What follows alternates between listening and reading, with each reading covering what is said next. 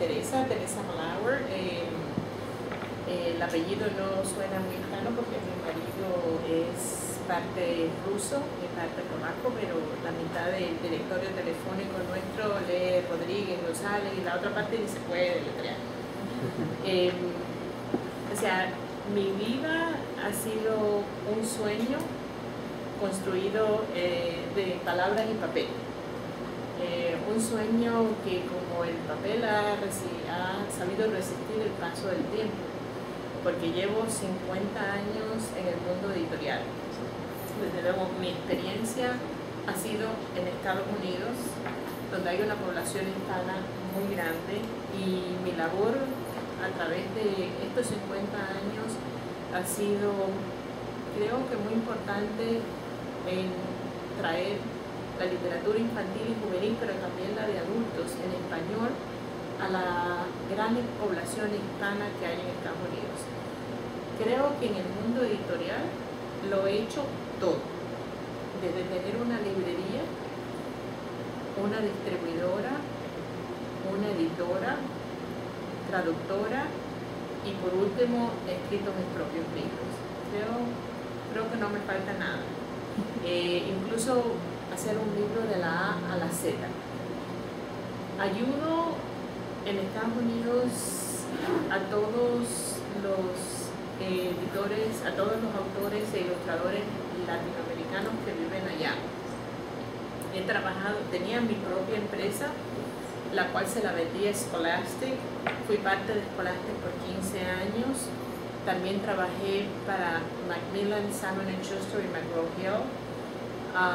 Antes de tener mi empresa y después también traté por un tiempo de ser un agente literario para autores latinoamericanos en Estados Unidos, pero lo tuve que poner a un lado porque ahora soy miembro del jurado que da el premio más importante a autores latinoamericanos en Estados Unidos, que es el premio Pura Belpré, que es un premio nombrado por la primera bibliotecaria hispana de la Biblioteca de Nueva York, que era puertorriqueña. Ella murió hace muchos años y habría un conflicto de interés, y me pareció más interesante en estos momentos de mi vida formar parte de este jurado que hacer un agente literario, así que a lo mejor luego puedo volver a esa faceta de mi vida. Yo estoy aquí para que ustedes me hagan las preguntas que ustedes quieran, teniendo en cuenta que mi experiencia se basa en los Estados Unidos, pero que conozco mucho el mundo editorial de España, de México, de Argentina, incluso de Guatemala. He participado mucho en la selección de libros para licitaciones del gobierno de Guatemala, del gobierno de Perú, del gobierno de otros países. Tengo un conocimiento muy amplio en la literatura infantil, no solo porque tuve una librería, sino porque es mi vida. O sea, yo posiblemente, sin mentirles, he leído más de 10.000 libros en toda mi carrera de 50 años. Así que eso es muy importante. Yo estoy aquí para contestarle, pero quería explicarle un poco, como tuve una editorial, cuál es el proceso, por lo menos, en Estados Unidos, y estoy casi segura que en muchas otras editoriales de América Latina. En Estados Unidos, cualquier empresa, por muy pequeña que sea, tiene lo que se llama un editor que adquiere el manuscrito. Eso se llama un acquisition editor. Ese editor, en casas grandes puede que haya 10 acquisition editors. Esas acquisition editors, cuando recibe un manuscrito, la mayoría de las editoriales no reciben lo que se llama manuscritos no solicitados, esos terminan en la basura. En la mayoría de las editoriales trabajan con agentes literarios porque tienen que entender que ellos quizás no tienen el tiempo de leer manuscritos que a lo mejor son buenos y algunos son malos, y el agente literario ya los filtra y solamente manda los que son buenos. Esos acquisition editors tampoco son independientes. Hay una reunión de editores en las casas grandes una vez al mes. Cada editor, que se llama acquisition editor, el que adquiere un libro, lo presenta. Y el resto de los editores votan a favor o no de publicar ese libro, por diferentes razones. Puede que lo nieguen porque no les gusta el texto, puede que lo nieguen porque piensan que ya tienen demasiados libros sobre osos, o puede que lo nieguen porque en ese momento no tienen el presupuesto para incluir ese libro extra. Y luego están los editores, una vez que se aprueba ese manuscrito, están los editores que se le asigna ese libro. En una editorial, por ejemplo en Scholastic, posiblemente habrían como unos 10 acquisition editors y como unos 25 editores, que son los que están a cargo de cada proyecto individual. Y luego esos editores trabajan con copy editors, o sea que es un proceso que va a todo lo largo. Luego están los diseñadores, luego están las cubiertas, que a veces piensan que lo más fácil es elegir una cubierta, quizás es lo más difícil en una editorial, porque entonces ya entra la gente de ventas y de mercadeo y dice, no, eso no vende, o ese título no vende, o algo por el estilo. O sea, es todo un proceso. Yo, a través de mi carrera, he participado en todos los procesos de acquisition editor, a copy editor, a que hace la decisión de si sí y no se debe publicar un libro. Yo quisiera que en este corto tiempo ustedes aprovecharan mi experiencia en lo que respecta al mercado de Estados Unidos, que manejo el mercado latinoamericano, y me hicieran las preguntas que ustedes tengan. Y yo con muchísimo gusto trataré de contestárselas. Pero creo que es importante, por ejemplo, la población salvadoreña en Estados Unidos creo que es la tercera o la cuarta, con una población de, creo, si no me quiero equivocar, de 2 millones de habitantes. Y entre todos esos 10.000 libros que yo me he leído, pocos libros de autores salvadoreños he visto yo. Quizás los de Jorge Argueta, que vive allá, los de René Colato, que también vive en los Estados Unidos, pero muy poco. Sin embargo, como las muestras que trajo ellos de Yuyi Morales y otros escritores mexicanos, hay muchísimos libros disponibles en los Estados Unidos, publicándose en los Estados Unidos. René y Jorge son dos de los pocos autores salvadoreños que se publican en Estados Unidos, y yo creo que hay más necesidad de libros ilustradores salvadoreños en Estados Unidos de acuerdo a la población. Esa es mi opinión. Sí. Yo pienso que para entender lo que sería la literatura infantil en El Salvador, hay que empezar por algo, y es que no hay cultura del libro en El Salvador. En El Salvador no se lee. Y yo me enteré, estoy dando unos talleres para capacitación de maestros. Mi gran sorpresa fue encontrarme con que no usan libros en ningún grado, ni usan libros en la universidad. En la universidad a mí no me llamó la atención los cursos que he hecho de posgrado, porque descargan un libro y te dan las fotocopias. Y está la gente tan ocupada que no se da ni cuenta de eso. Pero cuando ya se va al aula y se encuentra con los maestros que le dicen, pues yo no sé nada de literatura de El Salvador, ni nada de historia. Entonces allí es donde verdaderamente está el problema. El problema ya en la práctica. El problema conceptual viene de antes, cuando, calculo yo que fue por 1968, cuando se hizo una reforma educativa y los libros se descartaron. ¿Por qué? Porque dicen que los niños pequeños no necesitan libros porque no saben leer, y los niños grandes no necesitan libros porque ya saben escribir. Y hay colegios privados aquí que ya les han explicado, ya les han pedido a sus alumnos no tener cuadernos, porque compren una tablet o una laptop. Entonces eso, ¿qué ha ocurrido con este fenómeno? Ha ocurrido que la gente no tiene capacidad de hablar, no tiene capacidad de preguntar, no tiene capacidad de lógica, no puede relacionar un fenómeno con otro porque solo puede leer aisladamente. Yo estuve en una reunión con el ministro de Educación y la jefe de de gestión de materiales educativos y hablaba de la lectura comprensiva. Y yo pues, aunque podría no haberlo dicho, pero sentí que sí tenía que decirlo, les dije, la lectura comprensiva no existe, porque si alguien lee y no comprende, no sabe leer, no ha leído, ha visto unos signos, pero es como si vemos unos signos en chino.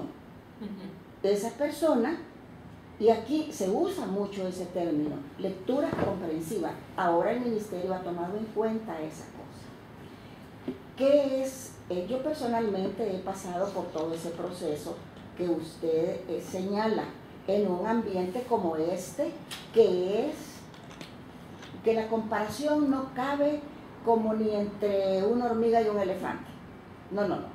Es como entre una hormiga y 50.000 elefantes. Así sería la comparación. Aquí se considera que los libros no solo son caros, sino los que libros son caros, o sea, no se considera, son caros. Es que los libros son caros en todas partes del mundo, porque la educación es cara. Pero este es un país pobre donde la gente tiene introyectado en su mentalidad que, bueno, pues que son pobres y que el mundo cambió y que el mundo es de otro modo y que la mano de obra del futuro son los call centers y que a dónde van a ir a parar, eso nadie piensa. Pero porque si aquí, me permite, yo creo que las cosas están cambiando. O sea, le hablo por lo que yo he podido apreciar en los últimos 5 años que vengo aquí como parte de contexto. Y no es que lo digo porque Terro está aquí delante, pero incluso yo tuve una reunión con 2 jóvenes hoy que tienen 14, 15 años y yo llevo trabajando con ellas hace 2 o 3 años. Ambas les gusta escribir, les gustan los libros, les gusta leer, tienen acceso a muchos libros a través de las bibliotecas que ha hecho Contexto, sí. Y yo creo que eso está cambiando. Está cambiando. O sea, yo he visto ese cambio, pero muy prevalente en Guatemala, donde hace años no había libros suplementales, no me refiero al libro de texto, sino al libro de lectura suplementaria en las escuelas. Y hoy en día, gracias al Banco Mundial y a una conexión que ha hecho el Ministerio de Educación de Guatemala con el Banco Mundial, están recibiendo fondos para poner miles, no cientos, miles de libros, o sea, las compras de libros que ha hecho el Ministerio de Educación de Guatemala con fondos del Banco Mundial son de miles de libros para las escuelas de Guatemala. Silvia. Buenas noches, me llamo Guadalupe Castellanos, gracias por darnos este tiempo. Yo tengo una pregunta más puntual, ya que estamos hablando del mercado norteamericano. Yo por medio de René Colato logré el contacto para publicar en la revista Iguana. Sí, estuvieron que acaba de cerrar. Sí, entonces me quedé sin contacto, entonces quisiera saber qué me aconseja usted para volver a darme a conocer, porque estaba empezando, o sea, me publicaron 4 cosas. ¿Y qué te publicaron? ¿4 artículos? Me publicaron 2 poemas y 2 cuentos. Bueno, mira, hay varias editoriales pequeñas en Estados Unidos que quizás se pudieran interesar en el trabajo de algunos de ustedes. Como son pequeñas, no funcionan a través de agentes literarios, sino que le puedes mandar manuscritos directamente. Una de ellas, que recibe dinero de Endowment for the Arts de Washington, D.C., es Arte Público Press en Houston, Texas. Si tú quieres, yo te doy mi tarjeta al final y yo te mando el contacto de ellos. Ellos fueron los primeros que le publicaron a René. Hoy en día René está cotizado y lo publican otras editoriales, pero Arte Público fue la primera editorial que le publicó a René Colato. Yo tengo una pregunta más en cuanto al proceso de edición. ¿Cómo es la relación del escritor y el editor en cuanto a todos los cambios que se hacen? Porque según lo que nosotros no somos escritores ni mucho menos, pues sí hemos investigado al respecto. Y sí hemos encontrado que hay varias gente que no es muy receptiva a ese tipo de cambios o críticas, sino que considera que así como ha escrito el libro, así debería de publicarse. Sí, pero conmigo no publicarías. Ajá. O sea, así de claro. Yo Sí. creo, o sea, yo he encontrado a través de mi carrera, aunque no lo vayas a creer, que es más difícil trabajar con un ilustrador que con un escritor. Quizás porque el ilustrador es un artista y plasma su arte en un papel, está menos abierto a que le critique su arte. Mientras que un escritor, si en realidad es inteligente, piensa que este editor me va a mejorar lo que yo estoy diciendo. O sea, me va a ayudar, me va a mejorar lo que estoy diciendo. Se entiende que el editor de cualquier editorial tiene la última palabra en lo que se va a publicar en un libro. Sin embargo, hay sus excepciones. Uno de los autores, no el de Más 20, porque el de Más 20 es el Dr. Seuss, pero uno de los autores de Más 20 en Estados Unidos es Maurice Sendak, con su famoso Donde viven los monstruos. Hay dos ediciones de Donde viven los monstruos, una de Santillana y una que publicó la misma editorial HarperCollins que yo traduje. Cuando yo hice la traducción de HarperCollins, yo honestamente no me fijé que él había hecho todo el texto sin ningún tipo de puntuación, ni coma, ni punto, ni nada, todo seguido, ese fue su estilo. Yo puse la coma donde yo creía que había, el punto donde yo creía que venía, y él lo leyó, me lo devolvió, me dijo excelente. En inglés me puso, quita los puntos y las comas. Yo muy atentamente le digo, Mr. Senda, que en español la necesitamos. Y él me contesta en inglés también, pero quítalos. O sea, cuando tú tienes un autor de la categoría de Maurice Sendak, Ellos sí pueden. él puede hacer lo que Ajá. quiera, pero si no, además yo nunca he visto a un editor que haya empeorado un libro, nunca. Claro. Yo hice una edición, hay un poema de un autor cubano, José Martí, Los zapaticos de rosa, que es muy bonito, y yo se lo di a ilustrar por error a una editora española. Le expliqué que él había escrito ese poema no en Cuba, sino cuando estaba exilado políticamente en Nueva York, en Coney Island. Que por favor no me fuera a pintar palmeras, que no era donde lo había escrito, porque él lo hizo en una playa de Brooklyn, de Nueva York. Cuando llegó el manuscrito había pintado palmeras, cocos, todas. Y dijo, uy, no puede ser. Bueno, pues ella se insultó, no recibió bien esa crítica. Sin embargo, yo nunca lo publiqué así, no era donde él había escrito ese poema. Y sí, la editorial tiene la última decisión. Es más, una editorial casi nunca deja, en mi opinión equivocadamente, casi nunca deja que un escritor pueda opinar sobre las ilustraciones del libro. Sí. Para que no haya conflictos. Casi siempre esa es una decisión de la editorial y no del autor.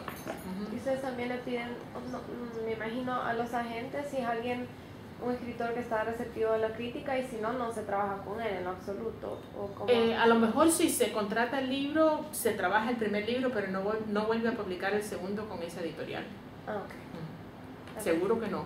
O sea, es como que si tú tienes una muela que está mal, entonces el dentista te dice, no, tengo que pasar. No, yo no. O sea, cada uno en su oficio. Claro. Un editor nunca va a perjudicar, muy raramente no lo va a hacer, no va a perjudicar un libro. Definitivamente. Lo ve desde otra perspectiva. El autor lo ve como su hijo, como que no me lo toquen. O sea, ¿qué padre ve a un hijo feo? Ninguno. Pero yo creo que un editor, esa es su labor. Sí. ¿Tú me ibas a preguntar algo? No, perdón. Mantén zancudo. Menos mal que no estás en una subasta, porque si tenías que haber pagado. Perdón. Sí, diga. Yo le quería preguntar, ¿cuál es la razón que el escritor no puede tener tanto contacto con el ilustrador? Porque, o sea, yo sí dejo, cuando yo estaba publicando libros, yo sí le enviaba los dibujos al escritor, yo sí. Pero en una editorial grande, donde quizás hay 500 autores escribiendo para esa editorial, sería una locura. O sea, sería imposible de manejar. Además, pero una editorial más pequeña sí lo puede hacer. Yo siempre lo he hecho. Ajá. Yo lo he dejado, pero la mayoría de las editoriales no. No, imposible. Interesante. Quizás, no sé si puede hablar un poco sobre la idea de que uno piensa, especialmente acá creo que escribir es algo muy solo, pero producir un libro es algo muy colaborativo, ¿verdad? Quizás puede hablar un poco. O sea, escribir es una tarea solitaria, desde luego. O sea, es más, cuando yo estoy escribiendo algo y mi marido me dice, cállate, cállate.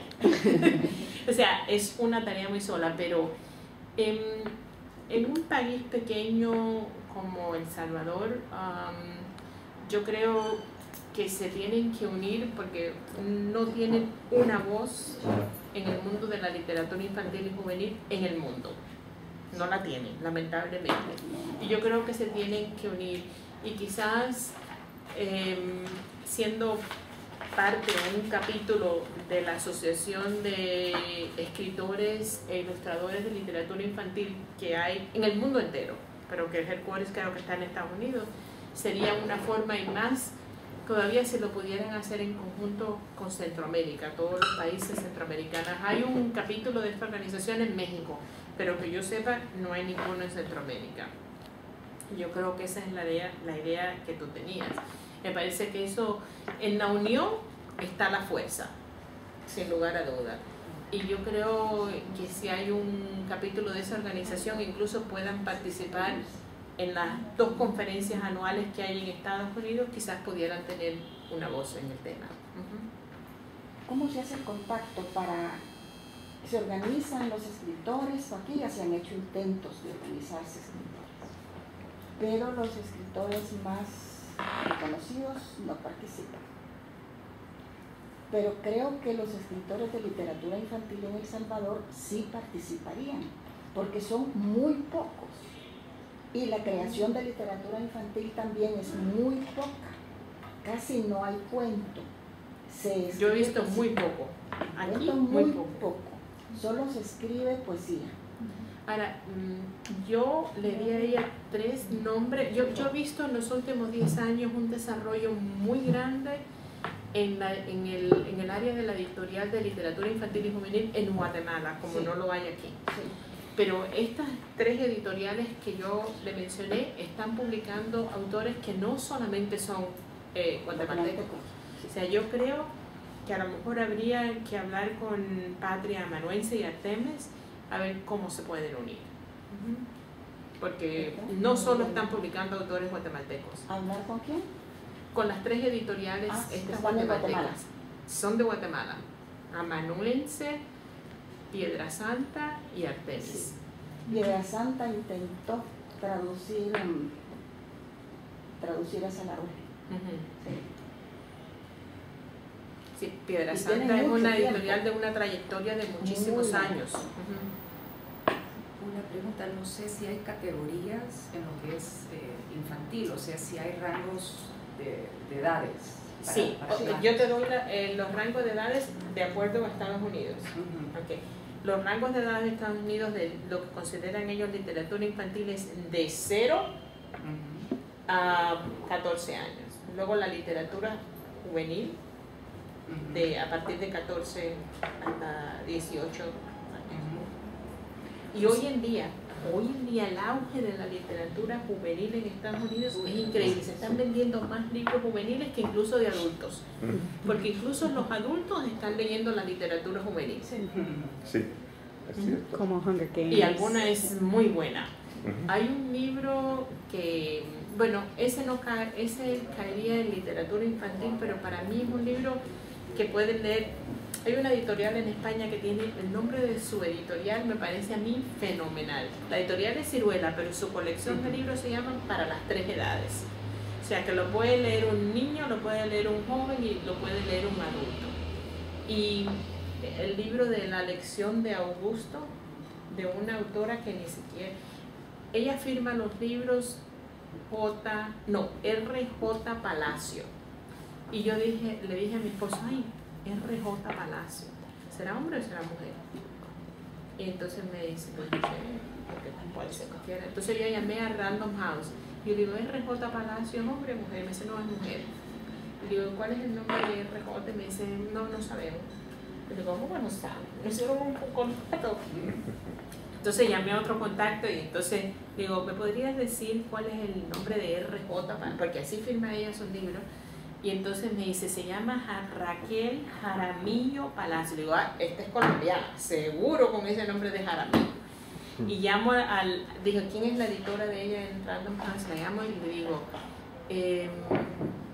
Raquel Jaramillo Palacio es hispana. Y me dice, ella no.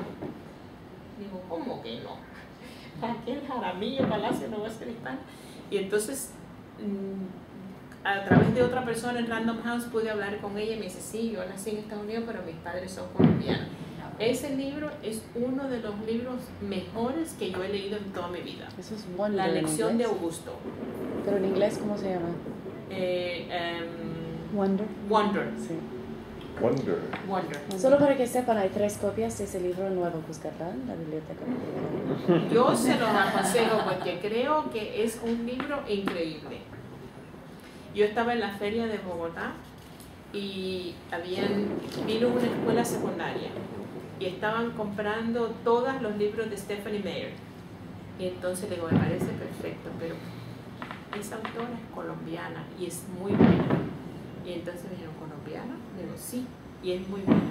Y entonces, ¿de qué se trata el libro? Le digo, tienen que leerlo, yo les puedo asegurar que es muy bueno. Todas dejaron el libro de Stephanie Meyer y se fueron a comprar el libro de Lección de Augusto. Y luego después, una de ellas me escribió y me dijo, me dio las gracias porque el libro es buenísimo. Y todo es cuestión de darse a conocer. ¿Cómo se explicaría si la literatura infantil se considera de 0 a 14 años? Bueno, dentro de esa rama, eso es lo que se considera literatura infantil, sí. Naturalmente, diferentes temas. Desde diferentes luego, enfoques. pero lo que se clasifica como children's literature en los Estados Unidos. Y adentro de eso han de ver subetapas. Desde luego, de Desde 0 luego. a 2 Sí. años, Sí, pero exactamente. it is labeled children's literature, mientras que la otra es labeled young adult, literatura para jóvenes. Pero si hay chapter books en Chapter books infantil. pertenece a la literatura. Bueno, tú puedes tener un chapter book que sea de adultos también. Por Ah, aquí. no, yo digo, pero en el Pero rango de infantil sí en literatura infantil. Ah, Ujú. Sí, yo ahora estoy traduciendo un libro que, o sea, el premio de Pura Belpré es no para la literatura juvenil, sino para la literatura infantil. Y estoy traduciendo el libro que ganó el premio hace 2 años, que tiene que ver acerca de chicas en la escuela que son peores que los chicos en cuanto a sus sentimientos, a molestar a otras chicas. O sea, un libro de verdad que te llega. Y no sé cómo ese libro no lo calificaron como literatura juvenil, porque es muy fuerte, es muy fuerte. Ujú. Ahora que hablan de jurado y todo eso, ¿en qué se fija un jurado a la hora de...? Este es el primer año que he servido de jurado, así que te lo podré decir el año que viene, pero las directivas para este premio tiene que ser que el autor sea latinoamericano, que viva en Estados Unidos, no puede ser si vive fuera de Estados Unidos, y que el tema de su libro sea acerca de la experiencia de los latinoamericanos en Estados Unidos. Esas es las bases de este premio. No, pero mi pregunta era como jurado, o sea... pues, O sea, con toda esa experiencia, me imagino- primero lo que voy a hacer es que cumpla esos 3 requisitos, que el Ajá, autor claro. sea, o sea, pero yo le dije, ok, no voy a preguntar si es ilegal o no es ilegal, ¿cómo voy a hacer? Dice, no, o sea, porque con un autor conocido es muy fácil, pero con un autor que no es conocido, ¿cómo haces? Es ilegal en los Estados Unidos Pero preguntarle a ella alguien quiere si es saber, legal o al ilegal. leer la historia, a revisar las ilustraciones, Ajá. cómo sabe. O sea, Exacto, o sea, primero que cumpla con los 3 requisitos, que sea latinoamericano, que vive en los Estados Unidos y que el tema sea de latinoamericanos, pero para mí, y yo soy una de 6 miembros del jurado, para mí, sobre todo, va a ser que esté bien escrito. O sea, a mí no me importa si el libro habla de un tema latinoamericano y no está bien escrito. Para mí, el que esté bien escrito va a ser lo que va a dictar mi Pero irían comas y todo eso. No de comas, no, Sí, no. porque No, eso yo es- no me refiero a la parte, o sea, si tiene libros errores, tampoco. Ok. Porque yo Debe creo que decirlo. nadie debe publicar un libro con errores. Eso tampoco, pero no me refiero a la parte gramática o de ortografía, me refiero que sea una historia que me llegue. O sea, Raquel Jaramillo Palacio nunca participó de este premio porque su historia no tiene que ver nada con los niños latinoamericanos. René Colato ha hecho ambas cosas. René ha escrito cosas que tienen que ver con los niños latinoamericanos, pero cosas que no tienen que ver con los niños latinoamericanos. You know?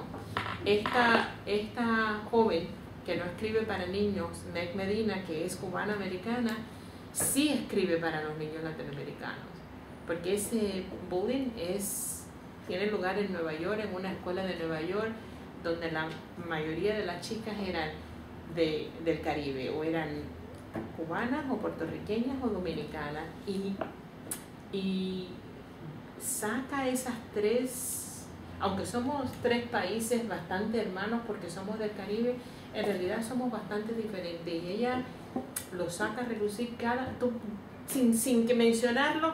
Yo sé que Jackie es dominicana, y yo sé que Meg es cubana, y yo sé que la otra es puertorriqueña.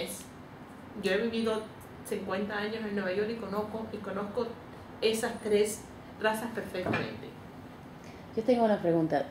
Tenemos varias conversaciones acerca de un buen libro, o sea, de calidad versus tener cantidades de libros, y parte del reto que tenemos constantemente es cómo desarrollar ese criterio para entender qué es calidad.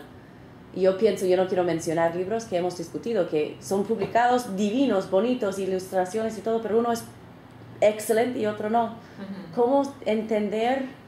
Porque yo siento que tú vas a saber mejor que yo cuál libro es mejor, ¿verdad? O sea, cómo usar ese ojo, qué son las cosas, porque una buena historia, un buen cuento, pero ¿qué implica ser buen escrito? A ver, si las editoriales pudieran publicar todos los libros buenos, sería una maravilla. Pero hay libros que son muy, muy buenos, hay libros que son buenos y hay libros que no son tan buenos, pero que a lo mejor tienen algún mérito. O sea, yo, honestamente, habiendo tenido una editorial pequeña, no me podía permitir el lujo de publicar libros que yo no consideraba que eran muy buenos, porque mi fondo eran 5 libros al año. Pero cuando tú tienes editoriales que por su sistema tienen que publicar 300, 400 libros al año, por naturaleza, por necesidad, esos 300 o 400 libros no pueden ser buenos. Pero tampoco yo iría al extremo de publicar libros malos, pero no todo lo que se publica es bueno. O sea, si la editorial es pequeña, tiene que ser mucho más selectiva que una editorial grande, donde puede permitirse el lujo de que algunos se vendan y otros no se vendan. ¿Y en qué se basa específicamente como para escoger qué libros son buenos y cuáles tal vez no tanto? Para mí, en mi personal, es que la historia sea buena y que esté bien escrita. ¿Pero qué significa bien escrita? Bien escrita, que esté bien redactada, que esté bien escrita, que tú cuando termines de leerla digas, wow, como la lección de Augusto. Que tú digas, wow, qué bien escrita está. Hay un autor mexicano que yo creo que es uno de los mejores escritores que hay hoy en día para literatura infantil y juvenil. Va a ambos lados. Tiene un hermano, los dos escriben, pero el que a mí me gusta es Antonio Malpica. Hay otro Malpica por ahí que es su hermano que no escribe tan bien como él, pero no se lo diga. Antonio Malpica escribe muy bien, muy bien. Y sobre todo tiene un libro que publicó hace poco que se llama Por el color del trigo, que es precioso. Eso es un buen libro, en mi opinión, el que está bien escrito, el que tú lo lees. Y a veces lees un libro y dices, oye, no valía la pena que cortaran ese árbol. Eso es lo que siempre digo yo cuando encuentro un libro en mis manos que no es bueno. Ahora usted mencionaba de que no se puede publicar un libro con error, pero no puede ser perfecto, no siempre va a ser perfecto los libros que saca una editorial. De repente algo se puede escapar. No debe ser, porque No te debe digo ser, una claro. cosa, o sea, fíjate todos los procesos que pasa ese libro. El autor presenta el manuscrito, el acquisition editor decide si lo va a comprar o no lo va a comprar. Luego hay una reunión, todos los editores lo leen y le dicen, sí, vamos a comprarlo, pero fíjate, este libro necesita cambio. Luego pasa al editor. El editor es el que le da forma a esa obra, se cree que el autor no lo ha logrado, pero no necesariamente el editor es bueno en gramática y ortografía. Ese es en el que en inglés le llamamos copy editor y en español corrector de pruebas. El corrector de pruebas debe estar pendiente de la coma, del punto y de todo. Luego, una vez que todo eso está editado, vienen las pruebas. Las pruebas pasan a través de 3 pases. O sea, en Estados Unidos se le dan 3 pases. Todo el mundo tiene que firmarlo, no hay problema. La firma de todo el mundo ahí para que se publique. Un libro no debe salir con error. Sí, no debe salir.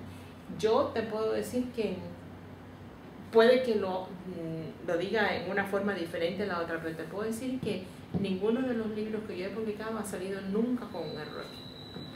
Y no debe salir especialmente libros con errores. Y sin embargo salen muchos. Muchos. Sí. El primero. Para un escritor, ¿hay ventajas en ser publicado por un editorial grande o pequeño? O sea, si es un escritor nuevo, está mejor con una editorial pequeña que una editorial grande. Porque un escritor nuevo se pierde dentro de cuando tú tienes una editorial como Scholastic que publica 500 libros al año, el libro suyo, no me refiero a su nombre, un autor desconocido pasa desapercibido. Una editorial pequeña que publica 10, 15 libros al año, ese libro va a tener, que no va a ganar quizás en un principio lo mismo, no.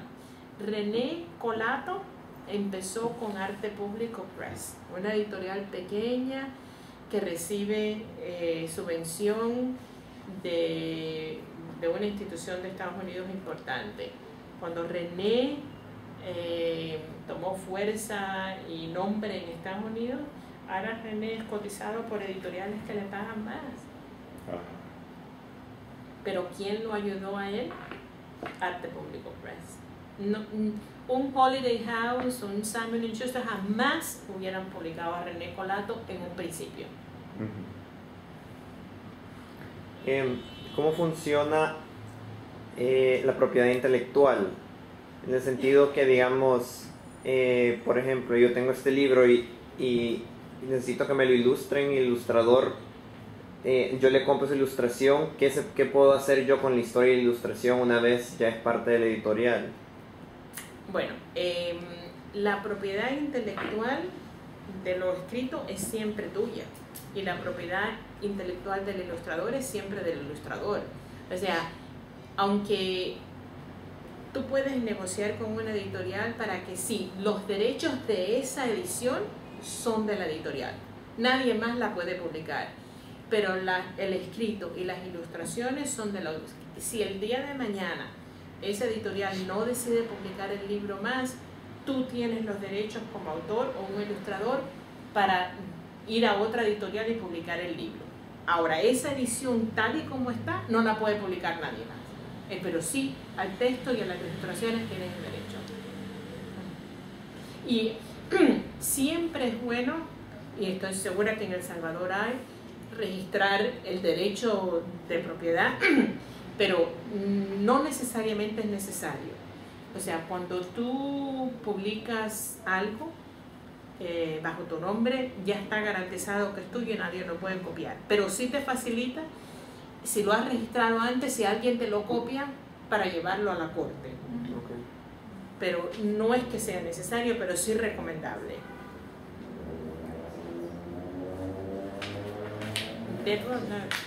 Yo estoy avisando que estamos algo atrasados. No tenemos mucho tiempo más porque tenemos una cena, pero ¿alguna otra pregunta? ha sido muy aleccionador y muy estimulante conocer a una persona verdaderamente experta en materia editorial. Yo tengo Y para mí ha sido un placer, y ojalá tuviéramos más tiempo para platicar más a fondo de la A a la Z tengo del mucha mundo experiencia editorial. y he venido a confirmar cosas, a confirmarlas, a darles validez, a validarlas. Ojalá Y a validarlas por una autoridad. que ustedes, los autores y ilustradores de El Salvador, consigan que sus libros se publiquen no solo aquí, pero que tengan un espacio, una plataforma fuera de aquí, porque es necesario, absolutamente necesario. Yo tengo una de mis nietas, era maestra en Washington, D.C., donde hay una población salvadoreña muy grande, y ella siempre me llamaba, me decía, abuela, ¿no tienes nada de ningún autor salvadoreño? Le digo, no, René Colato y Jorge Argueta. Me dice, no, but we know that, ya nos conocemos. O sea, ¿qué porcentajes, rapidito, son así historias y después está tipo self-help o cosas que no son necesariamente? ¿Tú te hablas de la literatura infantil o literatura infantil? O sea, en los Estados Unidos, hasta hace 3 años que salió el Common Core, un currículum global, excepto Texas, que va a su onda. En los salones de clase, en la biblioteca, había un 80% de libros de ficción, un 20% de libros informativos. Se dieron cuenta que la mayoría de los niños norteamericanos no sabía dónde estaba México, y mucho menos otras cosas.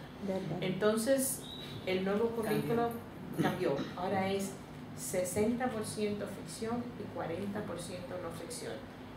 Y te puedo decir que incluso va a ser 50 en unos cuantos años. ¿No? Entonces, informativo sí va.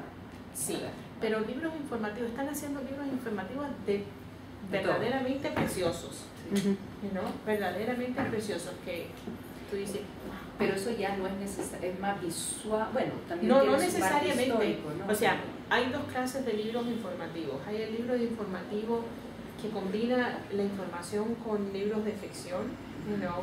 Como alguna biografía de Gabriela Mistral, pero hay libro informativo, pero hecho de una forma que atrae a los chicos, especialmente a los varones.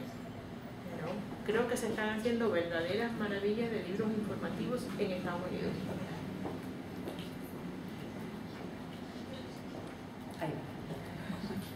Una pregunta más. Sí.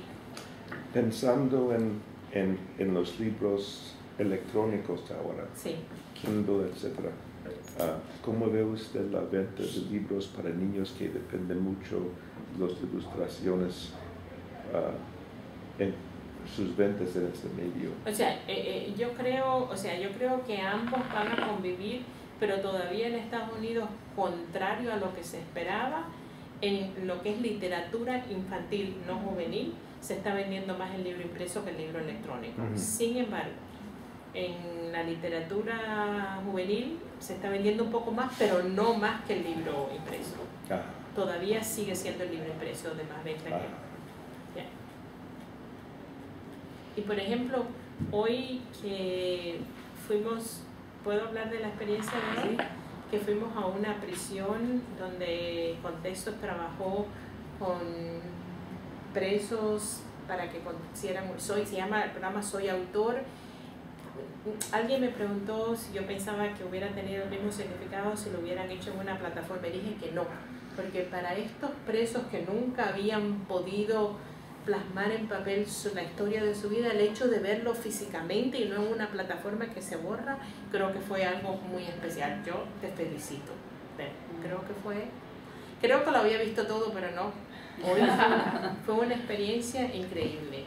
Y demuestra que incluso gente que ha tenido una mala vida, gente que está condenada, obviamente por no crímenes sencillos, porque hablé con un chico que está condenado por 60 años, creo que el hecho de que haya podido plasmar su historia de una forma que me interesó a mí, creo que aquí queda mucho por hacer en El Salvador.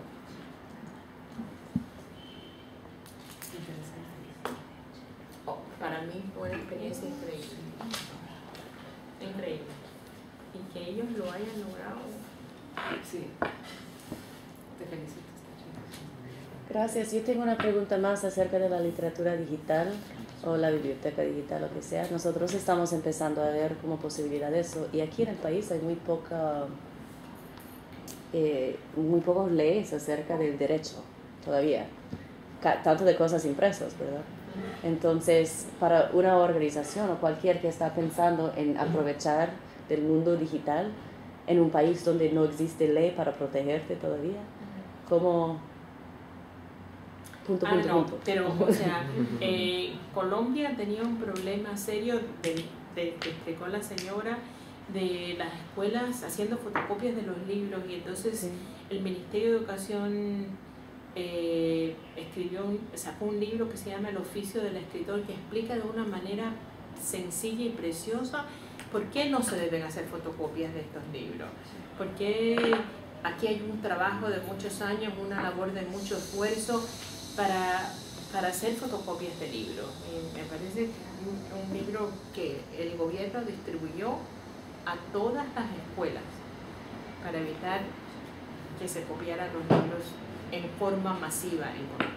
Yo estoy pensando más allá de que francamente para nosotros que estamos lanzando ahora la idea de una biblioteca virtual, la literatura, hay mucha literatura disponible que en este país uno puede conseguir fácilmente y no está considerado nada mal conseguirlo en forma digital, pero miren lo que pasó con la música, o sea, se han hecho algunos arreglos, pero todo el mundo empezó a bajar música sin pagar derechos a los músicos y todo, y no, es el punto. Nosotros estamos en esto de que cómo hacerlo de la manera correcta, porque aquí no podemos, o sea, yo no voy a comprar de Amazon, por ejemplo, porque por la cantidad y eso, no hay una regla aquí, no hay una norma local. Entonces, si yo quiero conseguir el libro Wonder para que 5,000 e-readers en el país tengan acceso, ¿cómo lo hago? Me imagino que tendrías que contactar a Random House, que son quienes tienen los derechos. Y la gente aquí en el país que trabaja con ellos, los distribuidores. Sus distribuidores. Entonces, porque eso es lo que entiendo, que en estos países, en toda Centroamérica, no hay distribución definida todavía para el texto digital. Correcto. Pero es hablar directamente con la gente local. Con quien quiera que distribuya. Bueno, yo creo que nosotros nos tenemos que ir, pero yo soy la que les agradezco que ustedes hayan venido hasta aquí y yo no tengo muchas, pero tengo algunas tarjetas. A mí no me importa si me mandan a preguntar lo que ustedes quieran, que yo no, si se les ocurre cualquier pregunta que yo no haya. Teresa también.